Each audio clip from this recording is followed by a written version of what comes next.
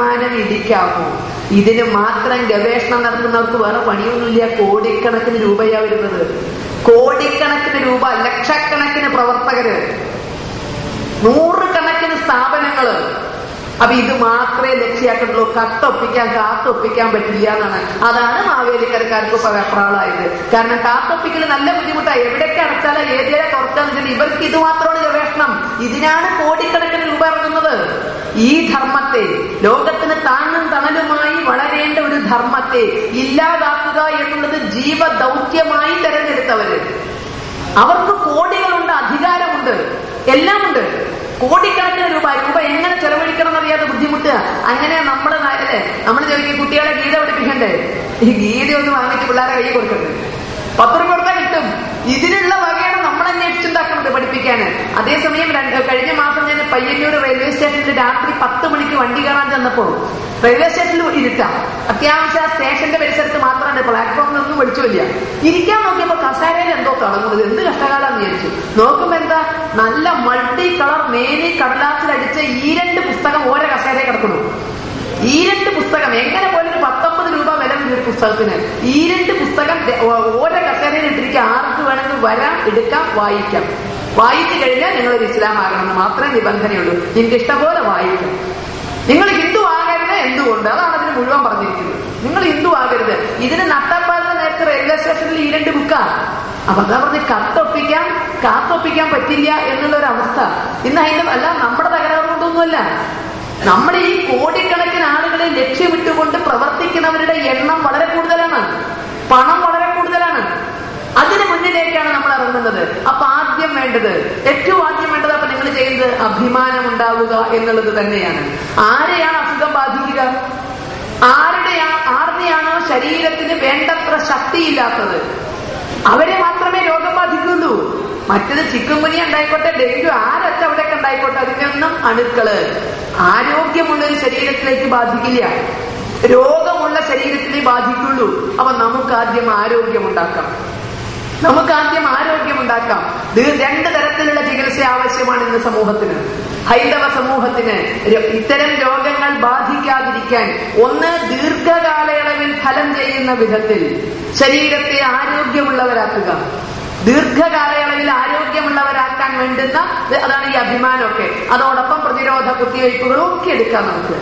പക്ഷേ പെട്ടെന്ന് വന്ന രോഗത്തിന് ഇതൊന്നും മരുന്നല്ല. പെട്ടെന്ന് വന്ന രോഗത്തിന് ആരോഗ്യം ഉണ്ടാക്കിയിട്ടേ മാറ്റാൻ പറ്റുമെന്ന് പറഞ്ഞാൽ നടക്കില്ല. രോഗം വന്നവൻ ആരോഗ്യം ഉണ്ടാക്കാനുള്ളത് കൊടുത്താൽ ചിലപ്പോൾ അവൻ വയറിളകി അവിടെ കിടക്കും. അവൻ ആരോഗ്യം ഉണ്ടാക്കാൻ കുറച്ച് ഇതൊക്കെ കൊടുക്കലാന്ന് അവന് പെട്ടെന്ന് ചിലപ്പോൾ ആന്റിബയോട്ടിക് കൊടുക്കേണ്ടി വരും. ചിലപ്പോ ആന്റിബയോട്ടിക് കൊടുക്കേണ്ടി വരും. അല്ലെങ്കിൽ അതിനപ്പുറമുള്ള ഓപ്പറേഷൻ എന്തൊക്കെയാ ചെയ്യേണ്ടി വരും. ഈ 2 തലങ്ങളെ പറ്റിയും വളരെ ഗൗരവമായിട്ട് ഹൈന്ദവ സമൂഹം ചിന്തിച്ചേ മതിയാകുള്ളൂ. കാരണം ലോകത്ത് മറ്റേതൊരു ജനതയും ഇങ്ങനെ കയ്യും കെട്ടിയിട്ട് ഇതൊന്നും നോക്കി നിൽക്കുന്ന ഒരു അവസ്ഥ ഉണ്ടാകില്ല. ഇവിടുത്തെ ഭരണകൂടങ്ങൾ ഇതിനൊക്കെ പച്ചക്കൊടി കാണിച്ചു കൊടുക്കും. ഈ മതമാറ്റ ശ്രമങ്ങൾക്കൊക്കെ ഈജിപ്തിൽ കഴിഞ്ഞ ദിവസം മതമാറ്റം നിരോധിച്ചു. ഈജിപ്തിൽ മതം മാറ്റം നിരോധിച്ചു. അപ്പൊ അങ്ങനെ ധാരാളം രാഷ്ട്രങ്ങൾ നിരോധിക്കുന്നുണ്ട്. എന്തുകൊണ്ട്? ഇതിവിടുത്തെ സ്വാസ്ഥ്യം കെടുത്തുന്നു എന്ന് അറിഞ്ഞിട്ടും ഭരണകർത്താക്കൾ ആ വഴിക്ക് ചിന്തിക്കാത്തത്, കയറൂരി വിടുന്നത്. ഇഷ്ടം പോലെ പണമുണ്ട്, ഇഷ്ടം പോലെ ആളുകളുണ്ട്, ഇഷ്ടം പോലെ സംവിധാനം ഉണ്ട് എന്ന് പറഞ്ഞാൽ കയറൂരി വിടുമ്പോൾ ഇതുണ്ടാക്കാവുന്ന പല വിധത്തിലുള്ള പ്രശ്നങ്ങളെ പറ്റി ഭരണകൂടമാണ് ബോധവാന്മാരാകേണ്ടത്, സമാജമല്ല. അതിനെപ്പറ്റി ബോധവാന്മാരാകേണ്ടത് ഭരണകൂടമാണ്. കാരണം ആർക്കും അവരുടെ അഭിമാനം കാക്കുക എന്നുള്ളത് അത് അവരുടെ ജീവദൗത്യമാണ്. ജീവികളാണെങ്കിൽ, ഏത് ജീവിയാണെങ്കിലും ചിലപ്പോ അവരുടെ ജീവൻ കാക്കാനുള്ള സംഗതിക്ക് വേണ്ടി ചെയ്തു പോകും. അളയിൽ കുത്തിയാൽ ചേരയും കടിക്കും. അളയിലിട്ട് കുത്തിയാൽ പൊതുവെ കടിക്കാത്ത ജീവിയാ ചേര, പക്ഷെ കടിച്ചു പോകും. അതൊക്കെ ജീവസഹജമാണ്. അപ്പൊ അത്തരം പ്രതികരണങ്ങളിലേക്കൊന്നും ഹൈന്ദവ സമൂഹം ചെന്നെത്താതിരിക്കണമെങ്കിൽ ഇവിടെ നടക്കുന്നത് എന്തെന്ന് ഭരണകൂടങ്ങൾക്ക് അറിയണം. അപ്പൊ നമ്മുടെ മാത്രം വേദനയാണ് മാവേലിക്കരയിൽ നടക്കുന്ന മതമാറ്റം. മാവേലിക്കരയിലെ ഏതെങ്കിലും ത്രിതല പഞ്ചായത്ത് സംവിധാനങ്ങൾക്ക് അതൊരു അസ്വസ്ഥതയാണോ? മാവേലിക്കര MLA സംബന്ധിച്ചിടത്തോളം അതൊരു അസ്വസ്ഥതയാണോ? ഈ പ്രദേശത്തിന്റെ MLA സംബന്ധിച്ചിടത്തോളം അതൊരു അസ്വസ്ഥതയാണോ? MP-യെ സംബന്ധിച്ചിടത്തോളം അതൊരു അസ്വസ്ഥതയാണോ? ഇവിടുത്തെ പോലീസ് സ്റ്റേഷൻ പരിധിയിൽ പലവിധ ക്രൈമുകൾ എടുക്കും. ഇതൊരു അസ്വസ്ഥതയാണോ? ഇതിനെ പ്രതിരോധിക്കാനുള്ള എന്തെങ്കിലും നടപടികൾ അവരെടുക്കണോ? കാരണം ഇത് അവരെ സംബന്ധിച്ചൊന്നൊരു വേദനയല്ലെന്ന്. അത് ഹിന്ദുക്കൾ, അവരായി, അവരുടെ പാടായി, അവരുടെ എണ്ണല്ലേ, പൊയ്ക്കോട്ടെ. ഒരു ഹിന്ദു മതം മാറിയാൽ ഹിന്ദുവിന് എണ്ണം കുറയുകയല്ല, രാഷ്ട്രത്തിനൊരു ശത്രു കൂടുകയാണ്. ഇത് നമ്മുടെ ആരുടെയും കണ്ടുപിടുത്തമല്ല. ലോകമതങ്ങളുടെ മാതാവായ ഹൈന്ദവ ധർമ്മത്തിന്റെ പ്രതിനിധിയായി ലോകത്തിന്റെ നെറുകയിൽ ചെന്ന് നിന്ന് ഹിന്ദുത്വത്തെ ഉദ്ഘോഷിച്ച വിവേകാനന്ദ സ്വാമിയുടെ വാക്കുകളാണ്: ഒരു ഹിന്ദു മതം മാറിയാൽ ഹിന്ദുവിനൊരെണ്ണം കുറയുകയല്ല, രാഷ്ട്രത്തിനൊരു ശത്രുവെ ഉണ്ടാക്കുകയാണ്. അപ്പൊ ഇത് ചിന്തിക്കേണ്ടത് ഈ പറഞ്ഞ എല്ലാ സംവിധാനങ്ങളുടെയും ബാധ്യതയല്ലേ? പക്ഷെ അവർക്കാർക്കും ഇതൊരു അല്പവും അസ്വസ്ഥത ഉണ്ടാക്കുന്നില്ല. പ്രതികരിച്ചാൽ നമ്മൾ കുഴപ്പം ചെയ്യണമെന്നാ പറയുക. എവിടെയും മതം മാറ്റുന്നവർക്ക് വേണ്ടി എല്ലാ ഒത്താശയുണ്ട്.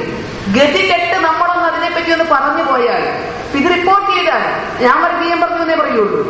മതം മാറ്റിയവരെല്ലാം സ്വർഗീയവാദി. നേരെ മറിച്ച് അതിനെ ഒന്ന് ചെറുക്കണം. എന്റെ കുട്ടിയെ എനിക്ക് കാക്കാനുള്ള അവകാശമില്ലേ? എന്റെ കുട്ടിയെ കാക്കേണ്ടത് എന്റെ കടമയല്ലേ? ഇതുപോലെ നമ്മുടെ ധർമ്മത്തിൽ നിന്ന് ഒരാളെയും വഞ്ചിച്ചോ പറ്റിച്ചോ കൊണ്ടുപോകാതെ കാക്കേണ്ടത് നമ്മുടെ കടമയാണ്. അതിനെങ്കിലുള്ള ശക്തി ഇല്ലെങ്കിൽ പിന്നത് ധർമ്മം നമ്മുടെ. അപ്പൊ രണ്ടു തരത്തിൽ ദീർഘകാലയളവിൽ ഫലം ചെയ്യുന്ന വിധത്തിൽ മതപരമായ പഠനം നടത്തണം, അഭിമാനം ഉണ്ടാക്കണം, സ്വന്തം ധർമ്മത്തിൽ അഭിമാനം ഉണ്ടാക്കണം, ദീർഘകാലയളവിൽ ഗുണം ചെയ്യുന്ന വിധത്തിലുള്ളത്. അത്തരം പരിപാടികൾക്ക് നമ്മൾ ഇനി ഒരു മിനിറ്റ് പോലും വൈകരുത്. നമ്മുടെ ക്ഷേത്രങ്ങൾ ആ ദൗത്യം ഏറ്റെടുക്കണം, സാമുദായിക സംഘടനകൾ ആ ദൗത്യം ഏറ്റെടുക്കണം. സമുദായത്തിന് വേണ്ടിയല്ലെങ്കിൽ നമുക്കെന്തിന്റെ സംഘടനകൾ? സമുദായത്തിന് വേണ്ടിയല്ലെങ്കിൽ നമുക്കെന്തിന്റെ ക്ഷേത്രം? ദൈവത്തിന് വേണ്ടിയാ? ദൈവത്തിന് നമ്മളൊന്നും നന്നാക്കണ്ട. ദൈവത്തിന് ഇപ്പൊ തൽക്കാലം കുഴപ്പമില്ല, അതിനുവേണ്ടി നമുക്ക് അമ്പലങ്ങൾ വേണ്ട. സമാജത്തിന്റെ സ്ഥാപനങ്ങളാണത്. സമാജത്തിന്റെ സ്ഥാപനങ്ങൾ അവ നാളെ മ്യൂസിയങ്ങളായി മാറാതിരിക്കണമെങ്കിൽ വിശ്വാസികൾ ഉണ്ടാകണം. ഈ ധർമ്മം നിലനിൽക്കണം. അതുകൊണ്ട് തന്നെ ഈ ധർമ്മം നിലനിർത്തേണ്ടത് മറ്റാരെയേക്കാൾ ക്ഷേത്രങ്ങളുടെ ബാധ്യതയാണ്, സമുദായ സംഘടനകളുടെ ബാധ്യതയാണ്. ആചാര്യസഭകളുണ്ട്. ഇങ്ങനെ വിവിധ തലങ്ങൾ ഹൈന്ദവ സമൂഹത്തിലുണ്ട്. ധാരാളം ആചാര്യന്മാർ നമുക്കുണ്ട്, അവരുടെ ശിഷ്യഗണങ്ങളുണ്ട്. ഈ എല്ലാ വിഭാഗവും ഇത് തങ്ങളുടെ അടുത്ത ഒരു 10 വർഷത്തേക്ക് മറ്റൊരു ലക്ഷ്യവും വെക്കാതെ ഈ ലക്ഷ്യം വെച്ചുകൊണ്ട് പ്രവർത്തിക്കുക. ആദ്യം വെക്കേണ്ട ലക്ഷ്യം മതം മാറ്റത്തെ, ഒരു മതം മാറ്റം പോലും ഇനി നടക്കില്ല എന്നുള്ളതാണ്. സമുദായ സംഘടനകൾ പ്രതിജ്ഞ ചെയ്യുക. ഓരോ വർഷത്തെയും വാർഷിക സമ്മേളനം നടക്കുമ്പോൾ കണക്ക് വായിക്കാൻ കഴിയണം. സമുദായ സംഘടനകളുടെ വാർഷിക യോഗങ്ങൾ പ്രകടനം മാത്രമായി മാറരുത്, എണ്ണം കാണിക്കൽ മാത്രമായി മാറരുത്. അവിടെ നമുക്ക് കണക്ക് വായിക്കാൻ സാധിക്കണം. കഴിഞ്ഞ വർഷം ഞങ്ങളുടെ സംഘടനയിൽ നിന്ന് കഴിഞ്ഞതിന് മുന്നത്തെ വർഷം ഇത്ര പേർ മതം മാറി. ഈ വർഷം ഒറ്റയാളെ പോലും മാറാതെ കാക്കാൻ ഞങ്ങൾക്ക് കഴിഞ്ഞു. ഓരോ ഭരണാധികാരികളും ഓരോ സമുദായ സംഘടനയുടെയും തലപ്പത്തെത്തുന്നവർ അത് തങ്ങളുടെ അഭിമാന പ്രശ്നമായിട്ട് എടുക്കുക. ഒരാളെ പോലും മാറ്റാതെ ഞങ്ങൾക്ക് കാക്കാൻ സാധിച്ചു. പോരാ, അത് കഴിഞ്ഞാൽ അടുത്ത ഒരു വർഷം അങ്ങനെ കാക്കാൻ കഴിഞ്ഞാൽ തിരുമ്പം നല്ല ഇരിക്കൊക്കെ കഴിഞ്ഞാൽ പിന്നെ നമുക്ക് ആവാമല്ലോ. അടുത്ത വർഷത്തെ മറ്റേ റിപ്പോർട്ടിൽ നമുക്ക് വായിക്കാൻ കഴിയണം, നമ്മുടെ സമുദായത്തിൽ നിന്ന് പറഞ്ഞും വഞ്ചിച്ചും തെറ്റിദ്ധരിപ്പിച്ചും തിരിച്ചുപോയ ഇത്ര കുടുംബങ്ങളെ തിരിച്ചു കൊണ്ടുവന്നു എന്ന കണക്ക് വായിക്കാൻ സാധിക്കണം. അങ്ങനെ ഇവിടുത്തെ സമുദായ സംഘടനകൾ ഒരു മുന്നോട്ടൊരു കാൽ വെച്ചാൽ തീർച്ചയായും ഇവിടുത്തെ ഭരണകൂടങ്ങൾ ഇളകും. ഇവിടുത്തെ ഭരണകൂടം ഇളകും. ഇപ്പളകാത്തത് കണക്കാക്കേണ്ട. അപ്പം നഷ്ടം പറ്റുന്നത് ഹിന്ദുവിനാണ്. തിരിച്ചു കൊണ്ടുവരാൻ ഒരു പരിശ്രമം ആലോചിച്ച് നോക്കുക. ക്ഷേത്രങ്ങൾ തുടങ്ങുക. ഒരു ക്ഷേത്ര തട്ടകത്ത് നിന്ന് മതം മാറിപ്പോയ കുടുംബങ്ങളെ മുഴുവൻ ലിസ്റ്റ് ചെയ്യുക. അതിലൊന്നും ഒരു തെറ്റും വിചാരിക്കണ്ട. കാരണം അവർ വഞ്ചിക്കപ്പെട്ടു പോയവരാണ്, അറിവില്ലാത്തത് കൊണ്ട് വഞ്ചിക്കപ്പെട്ടു പോയവരാണ്. ഒരു ക്ഷേത്ര പരിധിയിൽ നിന്ന് മതം മാറിപ്പോയ ഒരു 100 വർഷത്തേക്ക് കണക്കെടുക്കാം. നമുക്ക് കൃത്യമായി നമുക്ക് കിട്ടും മതം മാറിപ്പോയ കുടുംബങ്ങൾ ഏതെല്ലാം. ഓരോരുത്തരെയും ടാർഗറ്റ് ഇട്ടുകൊണ്ട്, കാരണം ഇന്നത്തെ കാലയളവിൽ അത് ആവശ്യമാണെന്ന് എനിക്ക് തോന്നുന്നു. ഓരോരുത്തരെയും വ്യക്തമായിട്ട് നമ്മൾ പോയിന്റ് ചെയ്തുകൊണ്ട് തിരിച്ചു കൊണ്ടുവരാൻ ക്ഷേത്രങ്ങൾക്കും കഴിയണം. ഇത്ര രൂപയുടെ വെടിക്കെട്ട് നടത്തിയെന്നോ ഇത്ര ഉയരമുള്ള ആനയെ എഴുന്നള്ളിച്ചു എന്നൊക്കെ പറയുന്ന അഭിമാനത്തോടൊപ്പം ഞങ്ങൾക്ക് ഇത്രയും സാധിച്ചു, ഞങ്ങളുടെ ക്ഷേത്രത്തിലെ ഇത്രയും സാധിച്ചു എന്ന് പറയാൻ ക്ഷേത്രങ്ങൾക്ക് സാധിക്കണം, സാമുദായിക സംഘടനകൾക്ക് സാധിക്കണം. തന്നാൽ കരയേറേണ്ടവർ എത്ര പേരോ താഴത്തു പാഴ്ചേറിൽ അമർന്നിരിക്കെ താനത്തെയിൽ ബ്രഹ്മപദം കൊതിക്കുന്നവരല്ല നമ്മുടെ തപോനിധികളായ ആചാര്യന്മാർ എന്നതുകൊണ്ട് തന്നെ അവരുടെ പ്രവർത്തനവും താഴെത്തട്ടിലെത്തുമ്പോൾ എല്ലാവരെയും ഈ ധർമ്മത്തെ പിടിച്ചു നിർത്താനുള്ള പരിശ്രമമാകുമ്പോൾ അത് ഹിന്ദുവിന്റെ ഒരു പുതിയ അധ്യായമാണ്. അവരെന്തായിരുന്നുവോ അതിലേക്കുള്ള തിരിച്ചുപോക്കാണ്. അതിനുള്ള പരിശ്രമമാകണം ഈ സ്വാഭിമാന സഭയിലൂടെ നമ്മൾ നടത്തുന്നത്. എല്ലാ വിഭാഗവും ഇറങ്ങണം. കേവലം പ്രസംഗം കൊണ്ടൊന്നും ഇതിനൊരു പരിഹാരമില്ല. കാരണം നമ്മൾ ഇത് അല്ലെങ്കിൽ നമ്മൾ ബന്ധപ്പെടുന്നത് നമുക്ക് പരിഹരിക്കേണ്ട പ്രശ്നത്തിന് കാരണക്കാരായവർ അതിശക്തരാണ്. നിസ്സാരക്കാരോടൊന്നുമല്ല ഏറ്റുമുട്ടുന്നത്. അതിശക്തർ, ഞാൻ പറഞ്ഞ പോലെ പണത്തിന് മേലെ പരുന്തും പറക്കില്ലാണ്. അവിടെയും നമുക്കുണ്ട് ജാതീയമായ ഉച്ചനേതൃത്വം പറഞ്ഞ പോലെ ദാരിദ്ര്യമൊന്നുമല്ല മതമാറ്റത്തിന്റെ അടിസ്ഥാനപരമായ കാരണം. അങ്ങനെയാണെങ്കിൽ മലബാറിലേക്ക് വരിക. വളരെ ദാരിദ്ര്യമുള്ള ധാരാളം മുസ്ലിം കുടുംബങ്ങളുണ്ട്. ഞാൻ മുസ്ലിം ഭൂരിപക്ഷ പ്രദേശത്ത് ജീവിക്കണതും പഠിപ്പിക്കണം. 10,000-4,000 കുട്ടികൾ പഠിക്കുന്ന എന്റെ വിദ്യാലയത്തില് ഒരു 500 കുട്ടികൾ പോലും ഹിന്ദുക്കളില്ല. 3,500 മുസ്ലിം കുട്ടികളാണ് പഠിക്കുന്നത്. അന്ന് ഉച്ചക്കഞ്ഞി ഇല്ല എന്ന് പറഞ്ഞാൽ മുഖം മാറുന്ന മുസ്ലിം കുട്ടികളുണ്ട്. എല്ലാവരും സമ്പന്നന്മാരൊന്നുമല്ല. എന്തേ അവരുടെ വീടുകളിലേക്ക് അരിയും പയറും പാൽപ്പൊടിയുമായിട്ട് ആരും ചെല്ലാത്തത്? എന്തേ അവിടെ പോയി മതം മാറ്റാത്തത്? അപ്പൊ ദാരിദ്ര്യം മാത്രമല്ല കാരണം, ആ സമാജം സംഘടിതമാണ്. ധാരാളം അവർക്ക് വേണ്ടത് സർക്കാരിനോട് അവർ ചോദിച്ചു വാങ്ങുന്നത്. അവർക്ക് വേണ്ടുന്നതും വേണ്ടാത്തതും. ഒരുപിടി ആളുകൾ ദരിദ്രരുണ്ടെങ്കിൽ സമ്പന്നർക്ക് കൂടിയുള്ള ആനുകൂല്യങ്ങൾ വരച്ച വരയിൽ നിർത്തി ഭരണകൂടത്തോട് വാങ്ങുന്നു. നമുക്കും സാധിക്കും. നമ്മൾ മാനവസേവ മാധവസേവ എന്ന നിലയിൽ നമ്മൾ എല്ലാവരിലേക്കും എത്തുകയും അതോടൊപ്പം മതം മാറിപ്പോകലല്ല ദാരിദ്ര്യത്തിനുള്ള അവസാനം. മുസൽമാന്റെ ദാരിദ്ര്യം മാറ്റാൻ സർക്കാരിനാണ് ബാധ്യതയെങ്കിൽ, ക്രിസ്ത്യാനിയുടെ ദാരിദ്ര്യം മാറ്റാൻ സർക്കാരിനാണ് ബാധ്യതയെങ്കിൽ, ഹിന്ദുവിന്റെ ദാരിദ്ര്യം മാറ്റാൻ സർക്കാരിന് ബാധ്യതയുണ്ട്. അവിടെ കമ്മീഷനുകളെ വെക്കുന്നു, കോടിക്കണക്കിന് രൂപയുടെ പദ്ധതികൾ ആസൂത്രണം ചെയ്യുന്നു. ഹിന്ദു മതം മാറിക്കോട്ടെ എന്ന നിലയ്ക്ക് വിടുന്നു. അപ്പൊ നമ്മൾ ചിന്തിക്കുക, നമ്മുടെ കേരള ഗവൺമെന്റിന്, കേന്ദ്ര ഗവൺമെന്റിന്റെ ഒരു വലിയ ആദരവ് കിട്ടി. 1 മാസം 1.5 മാസമായിട്ടുണ്ടത്. ന്യൂനപക്ഷ ക്ഷേമ പദ്ധതികൾ ഏറ്റവും ഭംഗിയായി നടത്തിയത് കേരളമാണ്. ഏറ്റവും ഭംഗിയായിട്ട്. കാരണം സച്ചാർ കമ്മീഷന്റെ ശുപാർശ പ്രകാരം ഇന്ത്യയിൽ 90ഓളം ന്യൂനപക്ഷ ജില്ലയുണ്ട്. ഇന്നലെ തീരുമാനിക്കുന്നത് ബ്ലോക്ക് തലത്തിലേക്ക് മാറ്റണമെന്നാണ്. ഇനി കൂടുതൽ ബ്ലോക്കുകൾ ന്യൂനപക്ഷ ബ്ലോക്കുകളായിട്ട് വരും. ഇപ്പൊ 90 ജില്ലകൾ ന്യൂനപക്ഷ ജില്ലയായി പ്രഖ്യാപിച്ചിട്ടുണ്ട്. ആ 90 ജില്ലകൾക്ക് കോടിക്കണക്കിന് രൂപയുടെ ഫണ്ടുണ്ട്. ആ ഫണ്ട് ഏറ്റവും നന്നായി ചെലവഴിച്ചത് കേരളമാണ്. കേരളത്തിലെ ന്യൂനപക്ഷ ജില്ലകൾക്ക് കിട്ടിയ പൈസ 1 രൂപ പോലും ലാപ്സ് ആയിട്ടില്ല. എല്ലാം അവരെ ശാക്തീകരിക്കാൻ ഉപയോഗിച്ചു. ഇന്ത്യ ദേശീയ തലത്തിൽ ഗവൺമെന്റ് പറഞ്ഞത് 27 സംസ്ഥാനങ്ങളോടും കേരളത്തിൽ വന്ന് കാണാനാണ്, കേരളത്തെ പഠിക്കാൻ പറഞ്ഞു. പത്രമാധ്യമങ്ങളിൽ വന്ന വാർത്തയാണ്. പക്ഷെ അതേ പത്രത്തിൽ വന്ന മറ്റൊരു വാർത്തയുണ്ട്. അട്ടപ്പാടിയില് ആദിവാസി കുട്ടികൾ പോഷകാഹാരമില്ലാതെ ചത്തൊടുങ്ങുന്ന വാർത്ത. അപ്പൊ ഇതിന്റെ രണ്ട് തരത്തില് ആദിവാസിക്ക് വേണ്ടി കോടികൾ ഇറങ്ങുന്നുണ്ട്. പക്ഷെ അത് പുല്ലും തൂത്ത തവിട് മാറ്റി പോകുന്നു. അത് അവരുടെ പേരില് ബാങ്കിലിട്ടിരുന്നത് അവരിപ്പോ കോടീശ്വരന്മാരാണ്. ആദിവാസികൾ ഓരോരുത്തരുടെയും പേരിൽ ബാങ്കിലിട്ടിരുന്നത് കോടീശ്വരന്മാരാണ്. അപ്പൊ ന്യൂനപക്ഷ ക്ഷേമ പദ്ധതികൾ ഭംഗിയായി നടത്താം. കാരണം അവരുടെ പട്ടിണി മാറ്റേണ്ടത് ഭരണകൂടത്തിന്റെ ആവശ്യമാണ്. അതേസമയം ഹൈന്ദവ സമൂഹത്തിന്റെ പട്ടിണി വരുത്തേണ്ടതും ആവശ്യമാണ്. പട്ടിണി ഉണ്ടെങ്കിലേ പട്ടിണിയുടെ പേരിൽ മതം മാറ്റാൻ പറ്റുള്ളൂ. ആദ്യം നമ്മളെ കൊള്ളരുതാത്തവരാന്ന് പറഞ്ഞ് ആ രൂപത്തിൽ മതം മാറ്റി. ഇപ്പോഴും പട്ടിണി കൊണ്ട് വരികയാണല്ലോ, നിങ്ങൾ പരിഹാരം കൊടുക്കുന്നില്ലല്ലോ, അതുകൊണ്ട് ഇതാ ഞങ്ങൾ. ഇവിടുത്തെ ഭരണകൂടത്തിന് പകരമായിട്ട് മിഷണറിമാരെയോ മതസംഘടനകളെയോ സർക്കാരുകൾ അപ്പോയിന്റ് ചെയ്തിട്ടുണ്ടോ? ഞങ്ങളാണ് പരിഹാരം. കഴുക ദൃഷ്ടിയോടുകൂടി ഞാൻ ചെല്ലുന്ന സഹായം. അപ്പൊ നമ്മുടെ വീട്ടിൽ പട്ടിയെ വളർത്താറുണ്ട്. മൃഗസ്നേഹം കൊണ്ടാ? വീട്ടിൽ പട്ടിയെ വളർത്തുന്നുണ്ട് മൃഗങ്ങളോടുള്ള സ്നേഹം കൊണ്ടാണോ? അതാണെങ്കിൽ വഴിക്ക് നടക്കുന്ന പട്ടിയെ നമ്മൾ സ്നേഹിക്കും. അലഞ്ഞു തിരിയുന്ന പട്ടിയെ നമ്മൾ ആട്ടി ഓടിക്കുകയും ചെയ്യുക. മൃഗത്തിന്റെ സ്നേഹം കൊണ്ടല്ല നമ്മൾ വീട്ടില് പട്ടിയെ വളർത്തുന്നത്. എല്ലാം കൊടുക്കണത് അല്ലെ, 10,000 ചെലവഴിച്ച് വളർത്തണത് എന്തിനാ? തന്റെ ശത്രുക്കൾ വന്നാൽ കുരയ്ക്കണം, തന്റെ മിത്രങ്ങൾ വന്നാൽ വാലാക്കണം.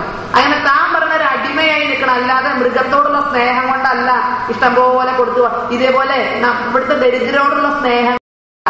നമ്മക്ക് എണ്ണം കൂട്ടണമെങ്കില് അവർക്ക് തന്നെ ലക്ഷ്യമുണ്ട്. അവരെ കാണുമ്പോ വാലാട്ടുകയും മറ്റുള്ളവരെ കാണുമ്പോ കുരയ്ക്കുകയും. ഹൈന്ദവ സമൂഹത്തോട് തിരിച്ചു കുരയ്ക്കണം. നിങ്ങൾ അങ്ങനെ കാട്ടുകൊണ്ടല്ലേ ഞങ്ങൾ പോയത്, നിങ്ങളുടെ പറ്റമില്ലാത്ത തിരിച്ചു കുരയ്ക്കണം. ഇവരെ കാണുമ്പോ വാലാട്ടണം. അതിനുവേണ്ടി കൊടുക്കുന്ന നക്കാപ്പിച്ച മാത്രമാണ് ഈ അരിയും പയറും പാൽപ്പൊടി അല്ലെങ്കിൽ എന്താണെന്ന് വെച്ചാൽ കൊടുക്കുന്നത്. കാലങ്ങളായി ക്രിസ്ത്യാനിയായി ജീവിക്കുന്നവർക്കോ കാലങ്ങളായി മുസ്ലിങ്ങളായി ജീവിക്കുന്നവർക്കോ എത്തുന്നില്ല. അവരുടെ പട്ടിണി സർക്കാർ. മറിച്ച് ഈ പുത്തൻകുറ്റികളുടെ പുത്തനായിട്ട് ആരെയാണോ കിട്ടുന്നത് അവരെ മാത്രം വെടക്കാക്കി അവിടെ ഇട്ടാൽ പിന്നെ പ്രശ്നമില്ല. ആ രൂപത്തിൽ കൊണ്ടുപോകുമ്പോൾ ഇതൊക്കെ ഇതിന്റെ എന്താണ് എന്നുള്ളത് ശരിയായ വിധത്തിൽ പ്രചരണം നടത്താൻ മടിയില്ലാതെ ആദ്യം വേണ്ടത് മടി പോവുക എന്നുള്ളതാണ്. നമുക്കിന്ന് എന്തെങ്കിലും നമ്മുടെ വിഷമങ്ങൾ പറയുന്നത് വാതിലടക്കണം. വാതിൽ തുറന്നാൽ മടിയാ. വാതിൽ തുറന്നാൽ ഓൾ ആർ മാത്തമാറ്റിക്സ്, എല്ലാം കണക്കാണ്, എല്ലാ മതവും കണക്കാ. All are mathematics. നെറ്റിലൊരു പെൺകുട്ടി മതം മാറിപ്പോയൊരു പെൺകുട്ടിയുടെ ഒരു ഇത് കണ്ടു, എന്താ ശ്രുതിന്നോ എന്താ പറഞ്ഞത്, ഇസ്ലാമിലേക്ക് മതം മാറിപ്പോയ ഒരു കുട്ടിയുടെ സംഭാഷണം നെറ്റിലടിക്കാൻ കണ്ടു. ആ കുട്ടി പറയുന്നത് അറിയോ, എന്നെ അമ്മ പഠിപ്പിച്ചത് എല്ലാ മതം ഒന്നാണ്, എല്ലാ ദൈവവും ഒന്നാണ്, എല്ലാ ദൈവവും ഒന്നാ, എല്ലാ മതം ഒന്നാ, പിന്നെ എന്താ പോയാല് എന്നെ പഠിപ്പിച്ചത് അതാ, എല്ലാ മതം ഒന്നാ, എല്ലാ ദൈവവും ഒന്നാ, അതുകൊണ്ടാണ് പിന്നെ മതം മാറിപ്പോയത് ആണോ? എങ്കിൽ തിരുത്തലുകൾ അവിടെ തുടങ്ങണം. മതേതരത്വം രാഷ്ട്രീയക്കാരന് വേദിയിൽ കയ്യടി കിട്ടാൻ മതി. കുടുംബത്ത് മതപരമായ ആചാരങ്ങൾ പുലർത്താനുള്ളതാണ് കുടുംബം. അവിടെ രാഷ്ട്രീയക്കാരന് മതേതരത്വം പ്രസംഗിക്കാനുള്ളതല്ല. അവിടെ നമ്മുടെ മതവും അതിന്റെ ആചാരങ്ങളും അനുഷ്ഠാനങ്ങളും ഉണ്ട്. ഓൾ ആർ മാത്തമാറ്റിക്സ് എന്നല്ല, എല്ലാം കണക്കെന്നല്ല, എല്ലാം ഒന്നെന്നല്ല. എല്ലാറ്റിനെയും സ്നേഹിക്കണം, അതിന്റെ അർത്ഥം എല്ലാം ഒന്നെന്നല്ല. തമാശക്കാണ് പറഞ്ഞു കേട്ടിട്ടുണ്ടോ, ഒരുത്തൻ അയലോക്കത്തിന്റെ സ്ത്രീയെ കയറി ഹരിദാസം എന്തോ ചെയ്തു, കേസായി, മജിസ്ട്രേറ്റിന് മുമ്പിൽ ഹാജരാക്കി. അപ്പൊ മജിസ്ട്രേറ്റ് ചോദിച്ചത്രേ, ഈ കുറ്റം താങ്കൾ ചെയ്തിട്ടുണ്ടോ എന്ന് ചോദിച്ചു. കുറ്റമൊക്കെ വഹിച്ചു, ഈ കുറ്റം ചെയ്തിട്ടുണ്ടോ? ചില്ലാണ്. അപ്പൊ ഒന്നും കൂടെ ചെയ്ത തെറ്റുകൾ ഇല്ല, രാത്രി മതിലിയാടി അടുത്ത വീട്ടിലെ സ്ത്രീയെ കയറി പിടിച്ചു, ഇന്നത് ചെയ്തു, ഇത് ഞാൻ ചെയ്തിട്ടുണ്ട്, ഇത് ഞാൻ ചെയ്തിട്ടുണ്ട്. അപ്പൊ താൻ നേരത്തെ കുറ്റമൊന്നും ചെയ്തിട്ടില്ല. ഞാൻ കുറ്റമൊന്നും ചെയ്തിട്ടില്ല സാറേ, ഞാൻ കുറ്റമൊന്നും ചെയ്തിട്ടില്ല, ഈ പറഞ്ഞത് ഞാൻ ചെയ്തിട്ടുണ്ട് തോന്നുന്നു. അപ്പൊ ഇതെങ്ങനെ കുറ്റമല്ലാണ്ടാണ്? എനിക്ക് അങ്ങനെ ഭേദമൊന്നുമില്ല സാറേ, എന്റെ ഭാര്യയാണോ അയലക്കത്തെ ഭാര്യ, എനിക്ക് അങ്ങനെ വ്യത്യാസമൊന്നുമില്ല, ഞാൻ ഒരു ഭേദഭാവവും ഇല്ലാതെ എല്ലാം ഒന്നെന്ന് പഠിച്ചു വളർത്താമെന്ന്. അവിടെ അർത്ഥം വ്യത്യാസമില്ലേ? അടുത്ത നിന്നെ പോലെ നിന്റെ അയൽക്കാരനെ സ്നേഹിക്കുക എന്ന് പറഞ്ഞാൽ ഇതല്ല അതിന്റെ അർത്ഥം. അപ്പൊ ഇതിനൊക്കെ വേർതിരിവുണ്ട്. എല്ലാ മതത്തെയും സ്നേഹിക്കാൻ, അതാണ് ഹൈന്ദവ എല്ലാം. സർവദേവ നമസ്കാരം കേശവം പ്രതി ഗച്ഛതി എന്ന് പഠിപ്പിക്കുന്നെങ്കിൽ നിങ്ങൾ ഓടി നടന്ന് എല്ലാ ആചാരവും ചെയ്യണം എന്നല്ല. നമുക്കൊരു കുടുംബം എന്ന് പറഞ്ഞാൽ എന്താ? കുടുംബത്താണ് ഇന്ത്യക്ക് നമ്മൾ എന്താണോ അനുഷ്ഠിക്കേണ്ടത്, ആചരിക്കേണ്ടത്, അത് പഠിപ്പിക്കേണ്ട തലം കുടുംബമാണ്. അവിടെ മതേതരത്വമല്ല പഠിപ്പിക്കുന്നത്. ഈ ആചാരത്തിൽ വരും എല്ലാവരെയും സ്നേഹിക്കാൻ, എല്ലാവരെയും ഉൾക്കൊള്ളാൻ, എല്ലാവരുടെയും ആചാരം ചെയ്യേണ്ട, എല്ലാം ഒന്നാണെങ്കിൽ പലതും ചെയ്തൂടെ. ഇത്തിരി നേരം രാവിലത്തെ ആചാരം ഒന്നായിക്കോട്ടെ, ഉച്ചക്കലത്ത് ചെയ്യേണ്ടത് മറ്റൊന്നായിക്കോട്ടെ, രാത്രി ചെയ്യേണ്ടത് അങ്ങനെയല്ലെന്ന് ചെയ്യുന്നുണ്ട്. അതിനുള്ളതല്ല കുടുംബം, അതിനുള്ളതല്ല കുടുംബം. തലമുറകളായി ആർജിച്ച സംസ്കാരം കുടുംബത്തിൽ നിന്നാണ് നമ്മളിലേക്ക് കൈമാറുന്നത്. ഈ ധർമ്മം ഇതുവരെ നിലനിന്നതും കുടുംബത്തിലൂടെയാണ്. രാജാക്കന്മാരല്ല, പട്ടാളമല്ല. എല്ലാം നഷ്ടപ്പെട്ടപ്പോഴും കുടുംബത്തിനകത്ത് ഒരു വിളക്ക് കൊളുത്താൻ അമ്മമാര് മക്കളെ പഠിപ്പിച്ചിരുന്നെങ്കിൽ ആ കെടാവിളക്കിൽ നിന്നാണ് നമ്മളിപ്പോ ദീപം കൊളുത്തിയത്. അല്ല എങ്കിൽ എല്ലാം കെട്ടുപോകുമായിരുന്നു. സാമ്രാജ്യങ്ങൾ നശിച്ചപ്പോഴും പടയോട്ടങ്ങൾ നടന്നപ്പോഴും ഈ ധർമ്മം നശിക്കാതിരുന്നത് വീട്ടിന്റെ അകത്ത് അമ്മമാർ കൊളുത്തി കൊടുത്ത ആ ദീപമാണ്, രഹസ്യമായെങ്കിലും ചൊല്ലിച്ച നാമമാണ്. രാമക്ഷേത്രം നഷ്ടപ്പെട്ടപ്പോഴും രാമനാമം ചുണ്ടിലുണ്ടായിരുന്നു, രാമായണത്തിന്റെ ശീലികൾ മുഴങ്ങിയിരുന്നു. അപ്പൊ കുടുംബമാണ് ഇതെല്ലാം സംരക്ഷിച്ചത്. ആ കുടുംബത്ത് നമ്മൾ ഒന്നുകൂടി മാറ്റുക. കുടുംബം രാഷ്ട്രീയക്കാരന്റെ സ്റ്റേജ് അല്ല. അവിടെ നമുക്കാരുടെയും കയ്യടി കിട്ടണ്ട. എല്ലാ മതവും അവരവരുടെ മതവിശ്വാസമാണ് മക്കളിലേക്ക് പറഞ്ഞു കൊടുക്കുന്നത്. നമ്മളും മടിക്കണ്ട. നമ്മുടെ മതവിശ്വാസം നമ്മുടെ മക്കളിലേക്ക് എത്തിച്ചില്ലെങ്കിൽ നേരത്തെ ശ്രുതിമാർ ഇനി നമ്മുടെ വീട്ടിലും ഉണ്ടാകും. എന്റെ അമ്മ പറഞ്ഞ എല്ലാ മതവും ഒന്നാ, ഓൾ ആർ മാത്തമാറ്റിക്സ്. മമ്മൂട്ടിയുടെ വാക്കില് ഓൾ ആർ മാത്തമാറ്റിക്സ് എന്നാ എന്നെ അമ്മ പഠിപ്പിച്ചിരിക്കുന്നത്. അതുകൊണ്ട് അങ്ങോട്ട് ഈ ചോദ്യം ഞങ്ങൾ നിത്യേന കേൾക്കണതാ. ഒരു 6,000-7,000 പെൺമക്കളെ ലവ് ജിഹാദിന്റെ ഇടയിൽ പോയേക്കണേ. ഇതിൽ പലരോടും വിളിച്ച് സംസാരിക്കുമ്പോ ആദ്യത്തെ അവരെ ടീച്ചറെ എങ്ങിട്ട് പോയാഎന്താ, എല്ലാം ഒന്നല്ലേ, എല്ലാ മതവും ഒന്നല്ലേ, എല്ലാ ഈശ്വരനും ഒന്നല്ലേ, പിന്നെ അവിടെ പോയാലെന്താ? അപ്പൊ പിഴവ് നമ്മളിലാവട്ടെ. നമ്മൾ ആ വലിയ തലം പഠിപ്പിച്ചു, അതിന്റെ വലിയ തലം മറന്നു, ചെറിയ തലം മാത്രം അറിഞ്ഞു, ചെറിയ തലം. അപ്പൊ ഇനിയെങ്കിലും കുടുംബ സദസ്സുകളിൽ എല്ലാ മതവും ഒന്നല്ല, എല്ലാ മതവും ഒന്നല്ല, പക്ഷെ എല്ലാ മതത്തെയും സ്നേഹിക്കണം. നമ്മുടെ സുഹൃത്തുക്കളാകുന്നതിലോ ബന്ധുക്കളാകുന്നതിലോ അയൽക്കാരാകുന്നതിലോ മതഭേദം വേണ്ട. എല്ലാ മതവിശ്വാസവും സർവദേവ നമസ്കാരം കേശവം പ്രതി ഗച്ഛതി. പക്ഷേ ഓടി നടന്ന എല്ലാം കൂടെ ചെയ്യാൻ നമ്മളെ കൊണ്ട് പറ്റില്ല. നമുക്ക് നമ്മുടേതായ ആചാരമുണ്ട്, അത് അനുഷ്ഠിക്കാൻ. അല്ലെങ്കിൽ കുടുംബം വേണ്ട. ഹോട്ടൽ മതി, ഹോസ്റ്റൽ മതി. ആചാരങ്ങളും അനുഷ്ഠാനങ്ങളും ഇല്ലെങ്കിൽ കുടുംബം വേണ്ട. അവിടെ ഹോട്ടലോ ഹോസ്റ്റലോ ധാരാളമാണ്. രക്ഷിതാക്കൾ മക്കളിലേക്ക് വേണ്ടുന്ന ആചാരങ്ങളും അനുഷ്ഠാനങ്ങളും വിശ്വാസവും അഭിമാനവും ഉണ്ടാക്കി കൊടുക്കുക എന്നുള്ളതാണ് ദീർഘകാലയളവിൽ ഗുണം ചെയ്യാൻ. നമ്മൾ ഗുണം ചെയ്യാൻ നമ്മുടെ കടമയാണ്. എല്ലാ തലമുറയും അത് ചെയ്തിട്ടുണ്ട്. ആധുനിക വിദ്യാഭ്യാസം നേടിയപ്പോൾ മാത്രമാണ് നമ്മൾ ഇതിൽ നിന്ന് അകന്നത്. ഇപ്പൊ നമ്മുടെ നന്മയൊക്കെ പലരും എടുത്തു, തിന്മ മാത്രം നമുക്ക് കിട്ടുമെന്നു. നന്മയൊക്കെ എല്ലാവരും കൊണ്ടുപോയി. ഒരു കാലത്ത് എല്ലാ ക്ഷേത്രങ്ങളിലും സർപ്പക്കാവ്, വീടുകളിലും ക്ഷേത്രങ്ങളിലും ഒക്കെ സർപ്പക്കാവുണ്ടായിരുന്നു. എന്തൊരു വിഡ്ഢികളെ സായിപ്പ് പറഞ്ഞെന്താണെന്നറിയോ? പാമ്പിനെ പൂജിക്കുന്നവരെ, പാമ്പാട്ടികളുടെ നാടാണ് ഭാരതം. ഞങ്ങൾ അവിടെ ചെന്നില്ലായിരുന്നെങ്കിൽ അവരുടെ സ്ഥിതി വളരെ ദയനീയമാണ്. പാമ്പ് പിടുത്തക്കാരും കുരങ്ങ് പിടുത്തക്കാരും ഒക്കെയാണ് ഹിന്ദുക്കള്. അവരെ നന്നാക്കാൻ ദൈവം ഞങ്ങളെ വിട്ടതാന്നാ പറഞ്ഞത്. അങ്ങനെ പാമ്പ് ദൈവമല്ല, പാമ്പിന് ചെവിയില്ല, ഒക്കെ പഠിപ്പിച്ചു. സർപ്പക്കാവ് ഒക്കെ നിരത്തി നമ്മൾ 90% നിരന്നു. ഇപ്പൊ സായിപ്പ് ചോദിക്കുക സർപ്പക്കാവ് ഉണ്ടോ? ഇപ്പൊ യുനെസ്കോ ചോദിക്കുന്ന, അവര് ചോദിക്കുന്ന, ഇവര് ചോദിക്കുന്ന സർപ്പക്കാവ് ഉണ്ടോ? ഉണ്ടെങ്കിൽ അതിന് സർപ്പത്തിന്റെ സാന്നിധ്യം ഉണ്ടോ? ഇവരെന്നല്ലേ പറഞ്ഞിരുന്നത് നമ്മൾ അന്ധവിശ്വാസികളാണ്, നമ്മൾ അന്ധവിശ്വാസികളാണ്.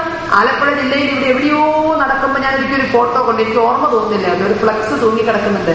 കാവ് സംരക്ഷണത്തിന് അവാർഡ് നേടിയെന്നും പറഞ്ഞ് ഒരച്ഛൻ കുരിശൊക്കെ പിടിച്ചു നിൽക്കും. കാവ് സംരക്ഷണത്തിന് അവാർഡ്. കൂടുതലൊന്നും വിശദീകരിക്കണ്ടല്ലോ. പാമ്പാട്ടികളുടെ നാട്ടില് പാമ്പാട്ടികളെ രക്ഷപ്പെടുത്താൻ അവതരിച്ചവർ, നമ്മളോട് അതൊക്കെ തെറ്റാണെന്ന് പറഞ്ഞവർ, നമ്മളെ കൊണ്ട് ഇടിച്ചു നിരത്തിയവർ, ഇപ്പൊ അതേ കാവ് സംരക്ഷണത്തിന് അവാർഡുമായി വന്നത്. സംസ്കാരം ഏറ്റവും ഉന്നതിയിൽ എത്തുമ്പോഴാണ് കലാരൂപങ്ങളൊക്കെ ഉണ്ടാവുക. അതും അതിന്റെ ക്ലാസിക് തലങ്ങളിലേക്ക് എത്തിയവരാണ് നമ്മൾ. പക്ഷെ അത് ഞാൻ ഈ ആലപ്പുഴ ജില്ലയിലൂടെ ഒരിടയ്ക്ക് പോകുമ്പോൾ ഒരു സ്കൂൾ വണ്ടി, സ്കൂൾ ബസ്, കാരണം മഞ്ഞ നിറത്തിൽ അടിച്ചൊരു ബസ് പോകുന്നു. എന്തോ ഒരു കലാക്ഷേത്രം, എന്തോ ഒരു കലയാണ്. കുരിശൊക്കെ വെച്ച് സർക്കാർ അംഗീകാരത്തോടുകൂടി, സർക്കാർ റെക്കഗ്നൈസ്ഡ് കലാകേന്ദ്രം, എന്റെ പേര് എനിക്ക് തോന്നുന്നില്ല. അത് അപ്പൊ എല്ലാ നന്മകളും, അത് കലയാകട്ടെ, അത് പരിസ്ഥിതിയാകട്ടെ, അത് പ്രകൃതിയാകട്ടെ, എല്ലാം നമ്മളിൽ നിന്ന് അടർത്തി കൊണ്ടുപോയിട്ട്, നിങ്ങൾ ജാതീയമായ വിശദീകരണങ്ങൾ കാണിച്ചവരാണ്, നിങ്ങൾ മറ്റൊരു തെറ്റൊക്കെ നിങ്ങൾ എടുത്തു പിടിച്ചോ, നന്മയൊക്കെ ഞങ്ങൾ കൊണ്ടുപോകുന്നു. കുറച്ച് കഴിഞ്ഞാൽ നമ്മൾ പറയും നമ്മൾ അവരിൽ നിന്ന് അത് പഠിച്ചത്.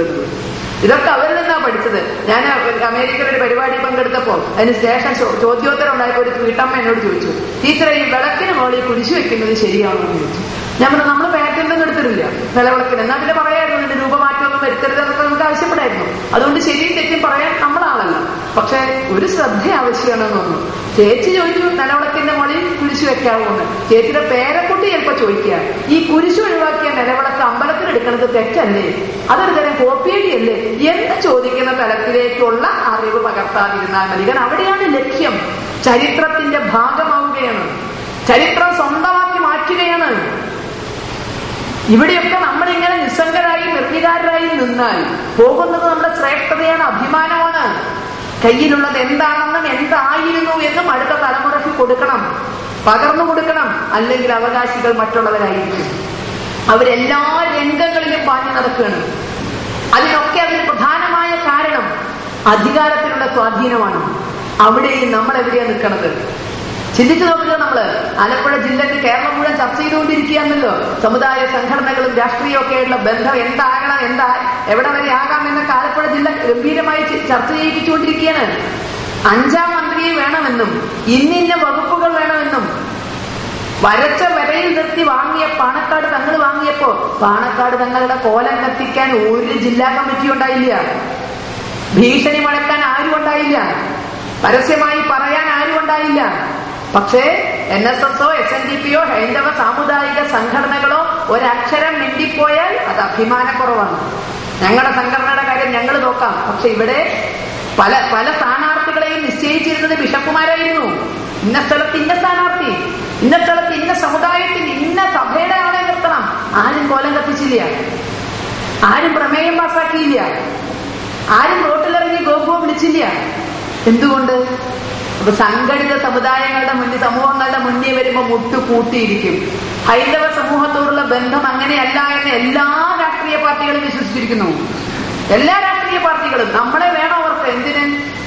തെരഞ്ഞെടുപ്പ് അടുത്താൽ, സ്ഥാനാർത്ഥിയെ നിശ്ചയിച്ചാൽ നട്ടപ്പാതിര നേരത്ത് വരും. ചിലപ്പോ തലയിൽ മുണ്ടൂട്ടിട്ടും ആകും അല്ലേ? ഒന്നൊക്കെ സമുദായ സംഘടനയുടെ ആകാം, അല്ലെങ്കിൽ സമുദായ പ്രമാണിമാരുടെ ആകാം. സ്ഥാനാർത്ഥി നായരാണെങ്കിൽ വന്നാലും പോയാലും നമ്മള് നായന്മാരാണല്ലോ, വേറെ ഒരാള് ശരി. സ്ഥാനാർത്ഥി ഈഴവനാണെങ്കിൽ ഇതേ അവിടെ ആവർത്തിക്കും, എന്നാലും പോയാലും നമ്മളെ ചവന്മാരാണല്ലോ അല്ലെ? ആ ഒരു ബന്ധം കാണണം. കൊലയനാണെങ്കിൽ അവിടെ ചെല്ലും, വിശ്വകർമ്മകനാണെങ്കിൽ അവിടെ ചെല്ലും. ഇതൊക്കെ ഏതുവരെ എന്നറിയോ? വോട്ട് പെട്ടിയിലാവണവരെ.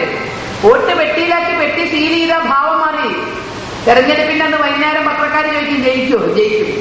എന്താ ഇത്ര ആത്മവിശ്വാസം? മതേതര വോട്ടുകൾ എന്റെ പെട്ടിയിലാണ്. മതേതര വോട്ടുകൾ. ഇതുവരെ നടന്നത് മതേതര വോട്ടിനല്ല, നടന്നത് മതേതര വോട്ടിനല്ല.